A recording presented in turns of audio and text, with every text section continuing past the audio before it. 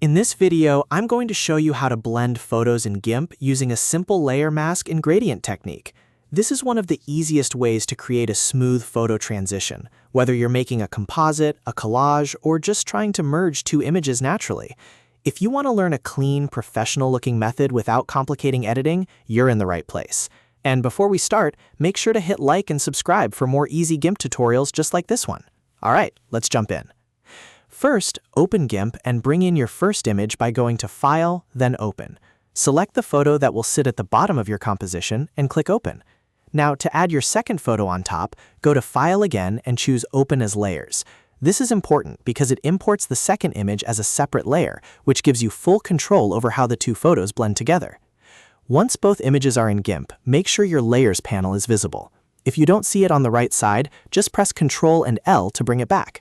The Layers panel is where you'll manage the position, opacity, and mask for each image, so you'll want to keep it open throughout the process. Next, you need to line up the two photos properly. Select the Scale tool from the toolbox or press Shift and S on your keyboard. Use this tool to resize one or both images so they match better in size and perspective. The goal here is not to make them identical, but to get them close enough that the blend looks natural. After scaling, switch to the Move tool by pressing M. Now drag the top layer into position so it overlaps the bottom photo in the area where you want the transition to happen. Try to place the overlap in a part of the image where the blend will look believable, like a sky, wall, road, or any softer background area.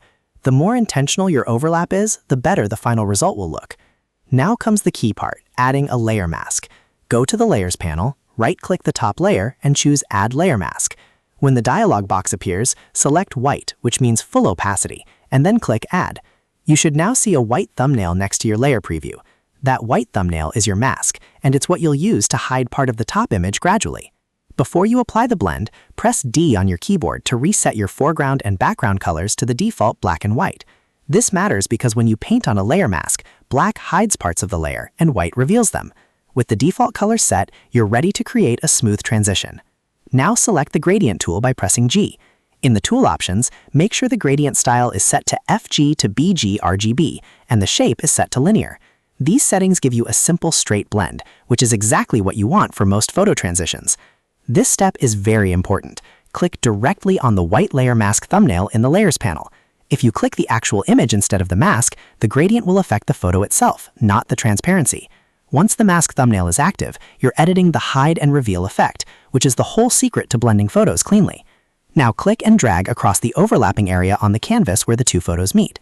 If you want the blend to stay perfectly straight, hold Ctrl while dragging to snap the line horizontally or vertically.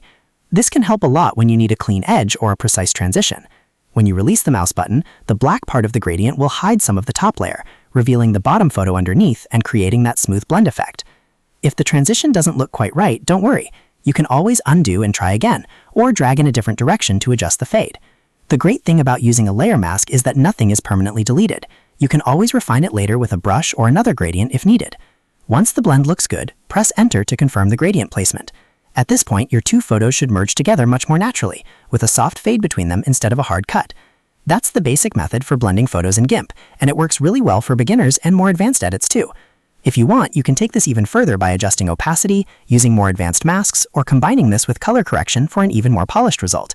But even with just these steps, you can create professional-looking blends in just a few minutes.